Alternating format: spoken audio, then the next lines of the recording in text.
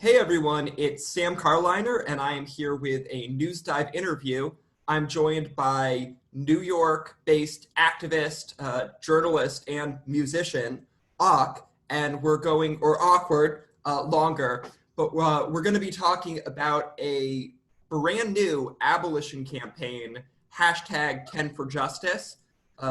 And so, yeah, Awk, great to have you on the show. Thank you. I appreciate it. Are there dogs in the background? Unbelievable. Yeah, I hope they shut up. We've had roosters on the show before, so this is just adding to the list of animals, so it's good. It's so funny because normally I go hide like in a quiet corner, and I was like, no, I never hear them barking, but of course the time I don't, they're barking. So they support 10 for Justice. They're happy about it. They certainly do. They're anti-fascist dogs.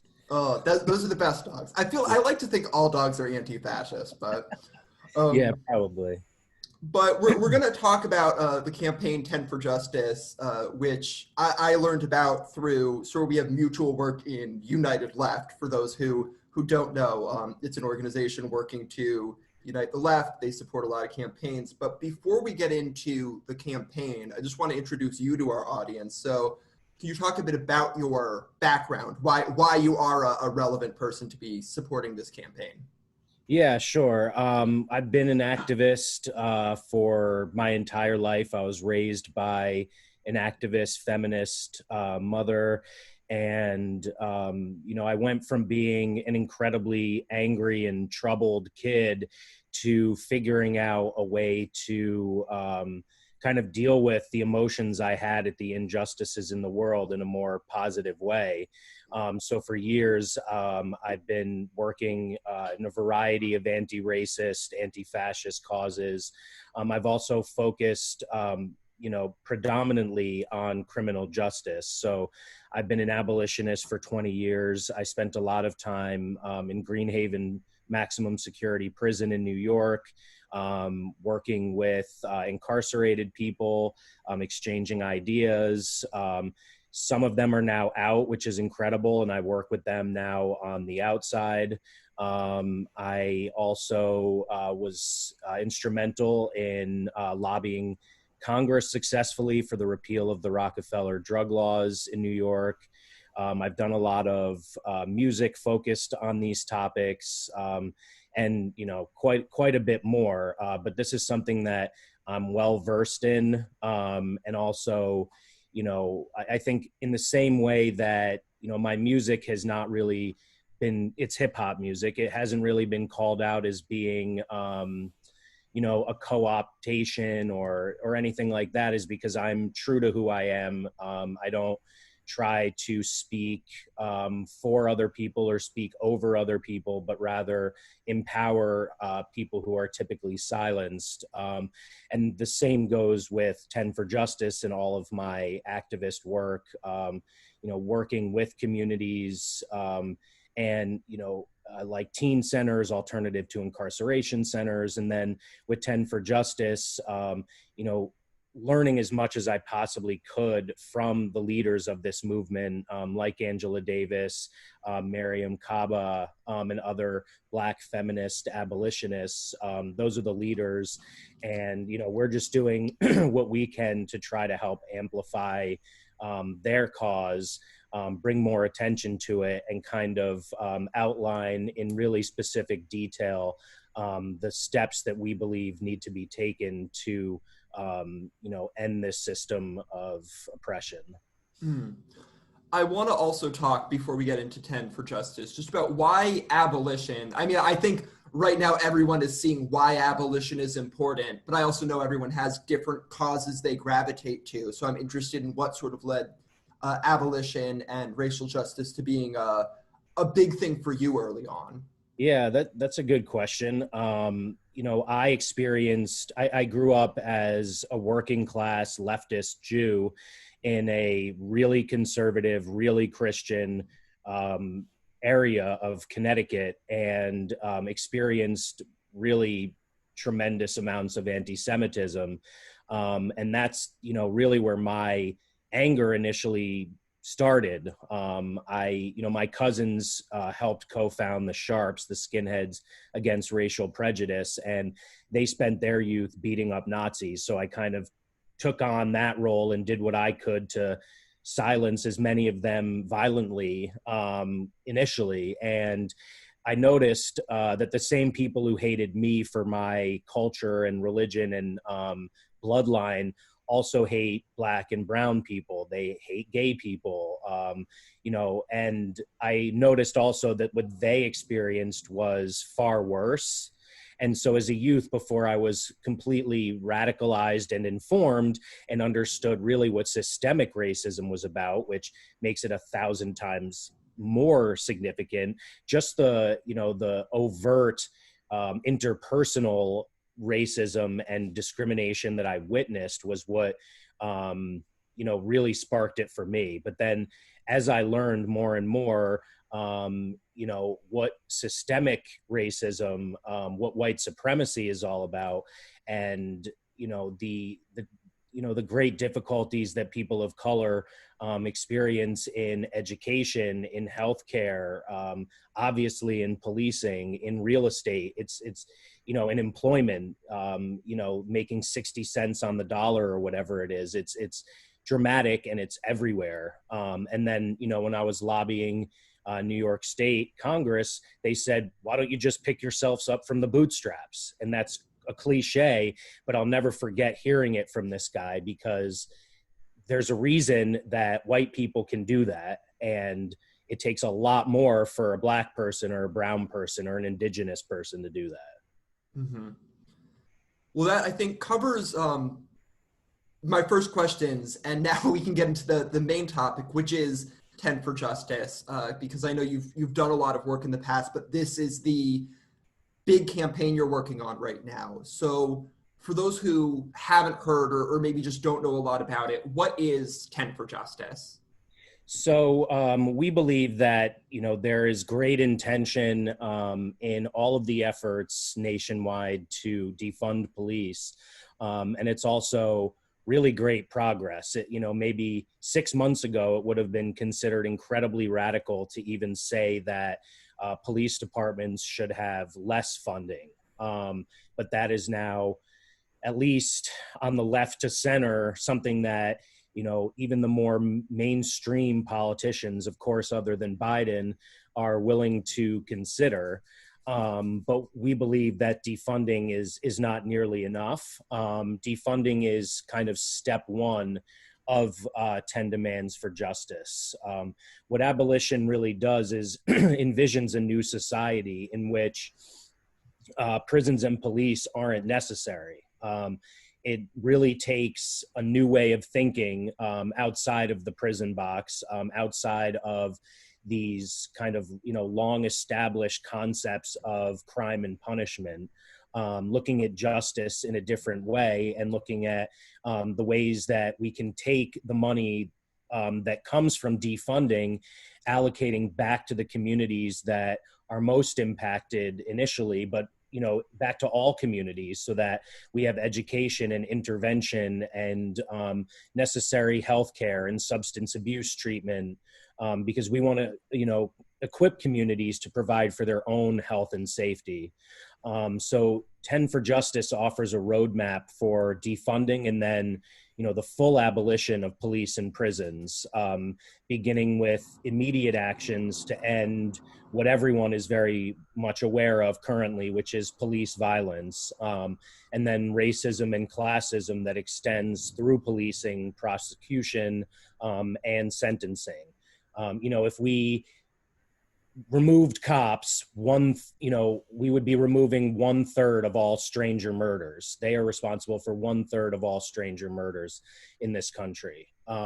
If we decriminalized the sex trade and marijuana and other petty offenses, we would completely empty the jails and prisons. If we ended cash bail, people who are in jail because they're poor, who've never even been tried, would be out and living their lives and contributing to their communities and being with their families, preventing additional crimes.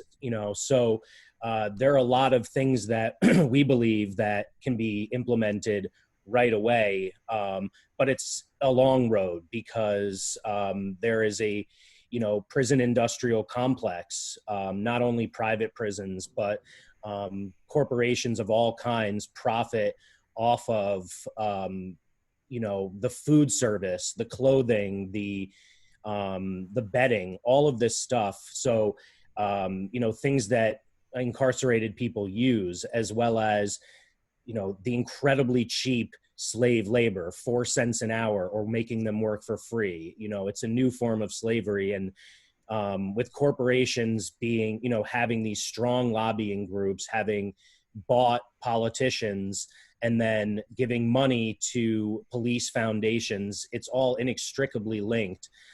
So it definitely is going to take a ton of effort, but what we really need is everyone to understand what abolition really means, that it's not about, no consequences. It's not about no justice. It's about different consequences, preventing crime in the first place, and creating a more humanist society. Mm-hmm. And I know there's a lot of discussions about the best way to create that society. I'm curious as to sort of what was some of the thinking that went into coming up with the 10 specific demands that are part of 10 for Justice. Why these as opposed to perhaps different demands? Yeah, sure. We as an organization, 10 Demands, are looking to expand beyond 10 for Justice, and work on 10 demands for electoral justice, 10 demands for educational justice, 10 demands for environmental justice, 10 demands for educational justice, if I didn't say that one.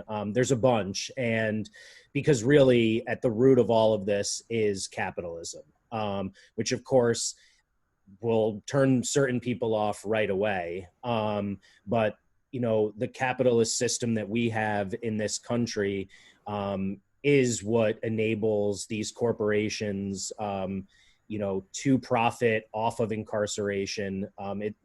As soon as the slave trade, or as soon as slavery ended, the South, found new ways by, making petty theft, a felony. And with the chain gangs, they found immediate ways to continue profiting off the backs of Black people. So, we believe that 10 for Justice is part of a much larger restructuring. But when it comes to 10 for Justice, we focused on justice for that very reason, that, we didn't, for example, incorporate fair, equitable, affordable housing for everyone. We didn't go into great deal about, within the demands themselves, what, equitable education would look like, what, equitable healthcare would look like. Although as part of our demands, if you, go on the website 10forjustice.com, you click each of the demands, you'll see there is great detail into, what we expect to be incorporated in each of these demands. So when it comes to schools, for example, we focused on demilitarization, ending the school to prison pipeline, removing police from schools, and, ending the harsh punishment of students that disproportionately impacts Black and brown people, or Black and brown students, young people, ending the, completely over the top truancy laws that, again, impact certain people in this society and not others. When it comes to, number 10, ending carceral punishment, we don't just say close all prisons. We propose solutions that, would take the place of the traditional form of punishment. So we want to ensure that as we defund police departments, that money isn't then filtered into some other form of carceral punishment or some other, I guess, harmful form of addressing what certain people believe to be the ills of society and the causes. So we want, to put that money into education, to rehabilitation, to drug treatment, to healthcare. Mental health is completely ignored. And, these are all things that should be free. So that's part of the concept in the, wider view of Medicare for all, essentially. But we're focusing on specific issues related to criminal justice. So, we talk about defunding the police and reallocating those resources to impacted communities. We're talking about specific measures for doing so. So it starts with rejecting any proposed police department budget expansion and implementing the highest budget cuts. So it eventually goes to zero. That's another thing that people don't understand is we're not expecting this to happen overnight. Demilitarizing the police is, I think, something that more and more people can get behind. Eliminating discriminatory policing, prosecution, and sentencing. If we have no police, this won't be something we have to worry about. But again, it's not happening overnight. So there are things we can do right away, like ending broken windows policing, stop and frisk, racial profiling, gang policing, all of the things that, specifically target certain people, decriminalizing poverty and the occupation of public space. These are other examples. The same goes for law enforcement transparency and accountability. Again, there is none of that. So officers are able to murder people and get away with it and hide the dash cam footage. Until there are no police, that has to end.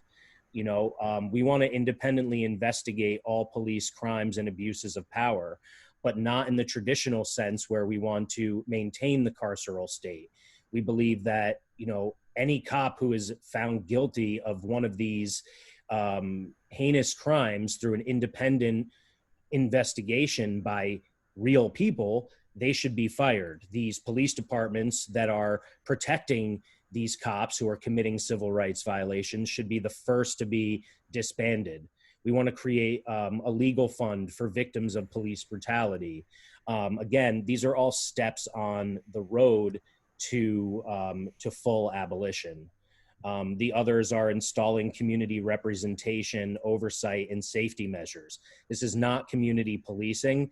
This goes back to the concept of equipping our communities to provide for their own health and safety. Protesting is something that is going on all over the country. This is right now the biggest movement in our nation's history. More involvement than the civil rights or anti-Vietnam era. And what the cops are doing is not very different, if not in some cases, potentially worse than what they were doing back then. They are, beating people, tear gassing them, shooting them, blinding people, arresting people just for being there. We believe dissent is patriotic. We have a First Amendment right to assemble, yet there are anti-protest laws, and officers are, not being held responsible for excessive force. So we want to strip the police authority to be able to do this. We want to repeal these laws and free anyone who's in jail or prison for protesting. One thing that, really distinguishes 10 for Justice from some of the other efforts, which we, also really support because, we are on the same side. Any abolitionist effort is something that 10 Demands 100% supports. But one thing that we learned in speaking with members of the Black community, as well as the Indigenous community, is that they really want not only for these measures to be implemented, they want an apology and they want reparations. Black people through slavery and, the First Nations of this land have been persecuted, murdered, raped, enslaved and stolen from since the moment we got here. And I don't include myself actually as a Middle Eastern Jew, but white Europeans, Christians, and they deserve and want reparations. And so we included that.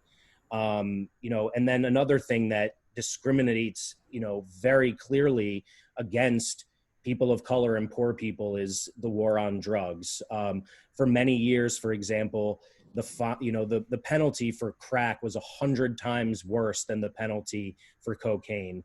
Now, after the CARE Act of 2014, I think it's 20 times worse. That shouldn't be the case. That's clearly targeting certain people. We believe we should completely decriminalize drug use and drug addiction. And instead of incarcerating people who are addicts, we should treat them. And then with ending carceral punishment that, incorporates ICE, we want to abolish ICE. We want to, free everyone in jails, prisons, youth facilities, and detention centers.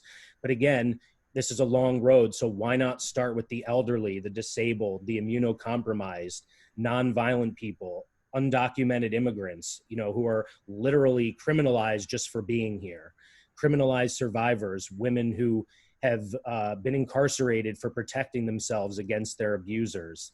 And then all those people held on bail and for parole violations. So I think what really distinguishes 10 for Justice is, the amount of detail and the clear steps that are laid out for action to be taken right away on the path toward full abolition. Mm-hmm. Well, yeah, you said that there's certain areas where you don't go into detail, but I was on the site and it is very clear. The campaign did its research. There's a lot of quoting of Angela Davis. I saw, Steve Donziger there, who, for those who don't know, very important indigenous rights lawyer out there right now. And so it is clear, and there's a lot of other names. So it's clear that there was research. And I am curious in, even if there's certain areas where with demands you don't go into specifics, it looks like there was a lot of work put into finding out what needs to be demanded. And I'm curious what the process of researching, of talking to people, and then writing was on your end. Yeah, I do. I appreciate that. And we're honestly, we're not done even with this set. In addition to trying to, distribute flyers all over the country, we are also constantly editing, amending, and adding to the website because I think a lot more could be added to support our demands. On the How It Works page, we're adding FAQs. I do think the demands themselves are particularly detailed and comprehensive. But because people ask the same questions over and over again, I think we could just expand upon it, even just adding the fact that I mentioned before that 1/3 of all, most murders, the vast majority are people killing people they know. But if 1/3 of the stranger murders are committed by cops, that I think right there should give people pause, and that's just an example of one stat that's not yet on the site. But when it comes to research, we certainly worked hours and hours and hours on this. We started in late May, and over time, added people to our group. We added someone who had a direct line to the indigenous communities so we could, incorporate, their priorities. We communicated, with other abolitionists, as well as with members of, with Black leaders from different parts of the country. We did a lot of research, online about what other leading abolitionists are talking about. And, we thought that this was necessary because it consolidated a lot of the demands of disparate groups, things that Black Lives Matter was asking for, things that Movement for Black Lives was asking for. And the reason it took us so long, we didn't release this, I think, until like mid-June. It took so long because we were incredibly careful. We went through a ton of iterations before releasing this because we really wanted it to be clear what, not only what our intentions were, but what the actual steps that can be taken are. That, this is not something that is so radical that, we're asking or we're demanding that every single cop be fired this second and every single police department be destroyed this second. I mean, that might be my ideal concept, but I don't even think it's the right choice, because all of the institutions that would be created by the people, for the people, with the money that would come from these police departments need to be established. There needs to be a safety net created as an alternative, a new society of, strong communities led by, disfranchised people, that's in place for when the police departments disappear. And the same goes for the prisons. Again, it's a long road, and that's why we thought it was really important to incorporate things that would take us down that road toward our end goal. Mm-hmm. Already, you have a lot of, the campaign really took off quickly. You have endorsements from some very big name activists, Christian Smalls, Michaela Wilkes, Ryan Knight, and quite a few others. And I know that you mentioned, and I've also seen on social media, you are going to be passing out flyers. So I am interested in what is happening right now that the demands are there, and as you mentioned, you're updating them. What is also taking place to gain support for them to spread their influence and sort of grow the presence of the campaign? Yeah, I mean, we have another meeting today. We're talking 24 hours a day through messaging apps, brainstorming ideas and responding to some of the less positive feedback we receive. The positive feedback is exceptional, but, the negative stuff is the stuff that we really need to, take a look at, how valid the criticism is, and how we should respond as an organization. And typically it does center around, one or two things. One, it's not radical enough, like you incorporate reforms, so you're not true abolitionists. But again, that, as I said, is on the road to abolition. And the other way more often is from people who are anything but abolitionists, who are angry and imagining a world of anarchy and saying, what do we do with the murderers and rapists? And we do have answers for that, on the website. And so, so we're constantly working on that. We are distributing the flyers in key cities across the country in the next week or so. We want to expand that to all 50 states because, as I mentioned earlier, this is the biggest movement we've ever had, and protests are happening in every single state. And, beyond that, we're, constantly communicating with other leaders. We put in a much stronger effort before we launched to get the support of some of these key leaders and their official endorsements, but anyone can endorse at any time. There is an endorsement link on the site. So we are continuing to add people as that happens. And I think, to me, the most exciting thing, certainly, Michaela Wilkes is a great example of someone who, has experienced exactly what we're trying to fight. So having her support is incredibly meaningful. But I would also love to draw attention to Jason Call because, he's a congressional candidate in Washington who not only endorsed, but actually adopted the 10 demands as his criminal justice platform. So that, if we could get more, candidates and politicians to make the 10 demands for justice what they demand of the Congress that they either are working in or may be working in, that would take us very far, a lot more quickly. So yeah, we're continuing to try to spread the word. As much as we can. And this meeting later today will be to talk about, more methods for getting the word out, beyond the interviews that I'm doing. There are a few articles that are being written, but other methods of spreading the message. I have two more questions that I'm interested in asking, but I always like to, before getting into those, is there anything we haven't covered that you think is particularly important to mention?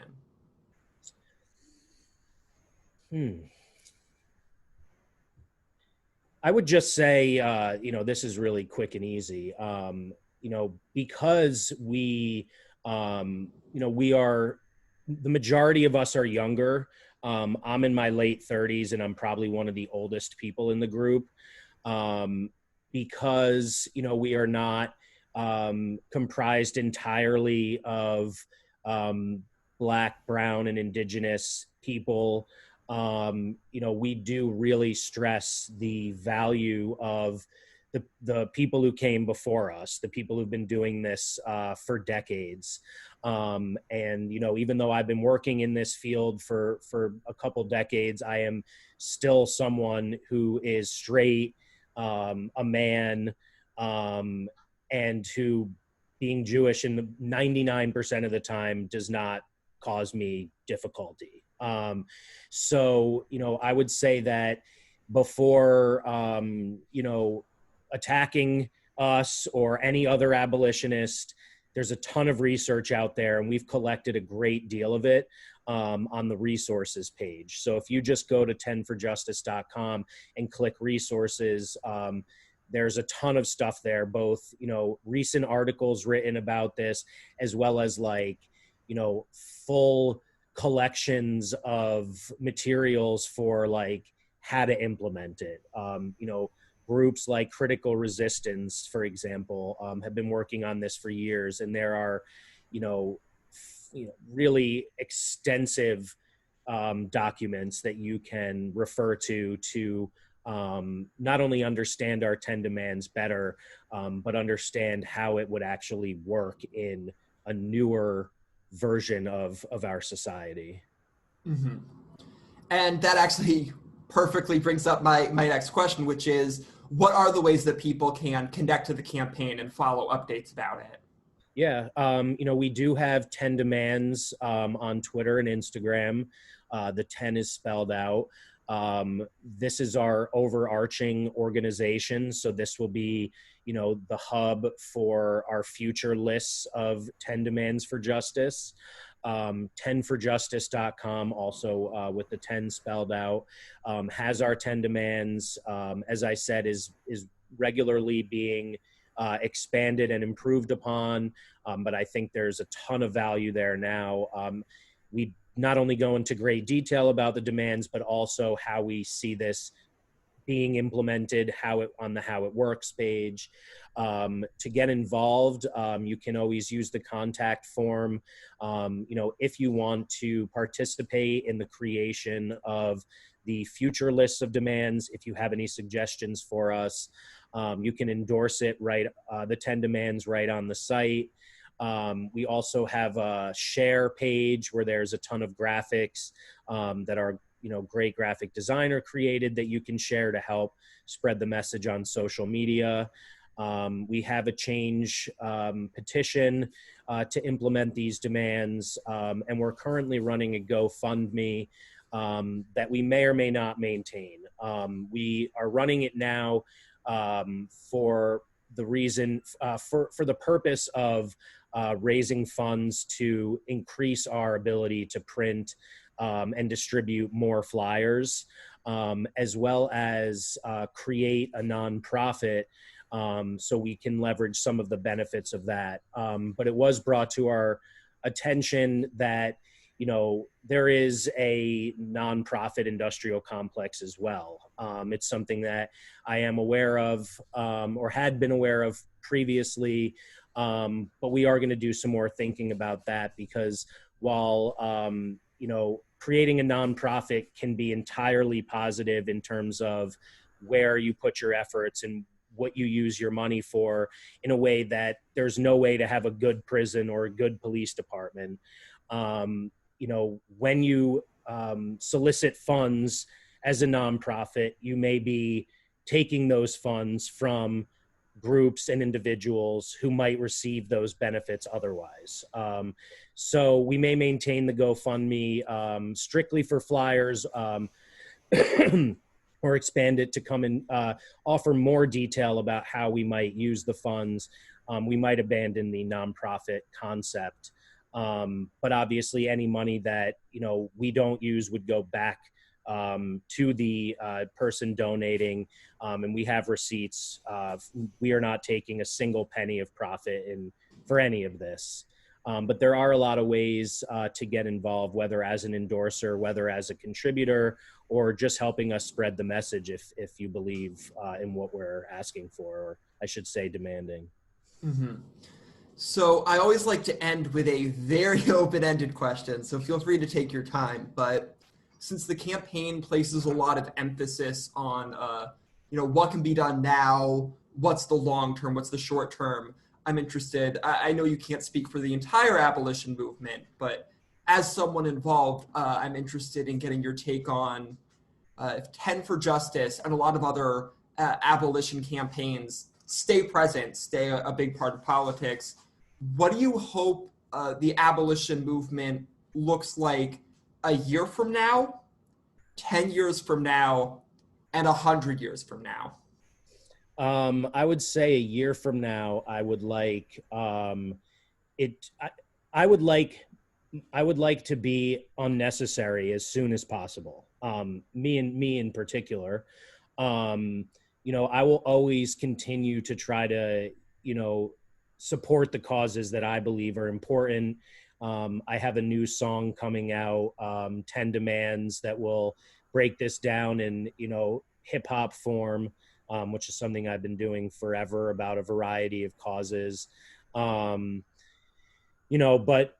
I want to see, Black feminists, women, people most directly impacted, remain in the forefront, and even more so be in the forefront. I would like to see these demands, many of them, implemented in the next year. 100 years from now, I'd like to see a completely different society where none of us are focused on abolition anymore. That's a thing of the past. And in the meantime, between a year and 100 years, I'd like the rest of the stuff to be implemented. I would like to see our society shifting to, one that is not run by corrupt politicians and corporations. I'd like to see the end to the military industrial complex. There are billions and trillions of dollars spent on militarization of, the armed forces, and not just militarization, but, the technologies for spying, and things like that, as well as nearly as much spent on those domestic versions of that. And I believe that, as soon as possible, all of that money should be divested and reinvested in Medicare for all, in affordable housing, in healthcare, in green energy. We have more than enough money to make this an incredible place to live for all people. And while we'll never convince racists to not be racist, we certainly have the power to destroy the systems that have been in place for centuries now and generations, that, make racism systemic, make classism systemic. There's absolutely no reason why we could not live in a more equal and just society where there is no need for cops in prisons, and communities are healthy and thriving. Well, Awkward, thank you so much for coming on the show and talking about 10 for Justice. I always link whenever I interview someone their info, so I'll be sure to share yours. And then, of course, I'll be sure to share the info for 10 for Justice as well. Yep. Yeah, you can learn more about me on thisisawkword.com. It's spelled with an O, because it's hip hop. So this is awkward. So people like to spell it like some of the letters are capitalized, but it doesn't matter, what you capitalize, but it's spelled AWKWORD. And then you have social media as well, right? Yeah, it's AWKWORD RAP, Awkward Rap on Twitter, Instagram, Facebook. But This Is Awkward is the website.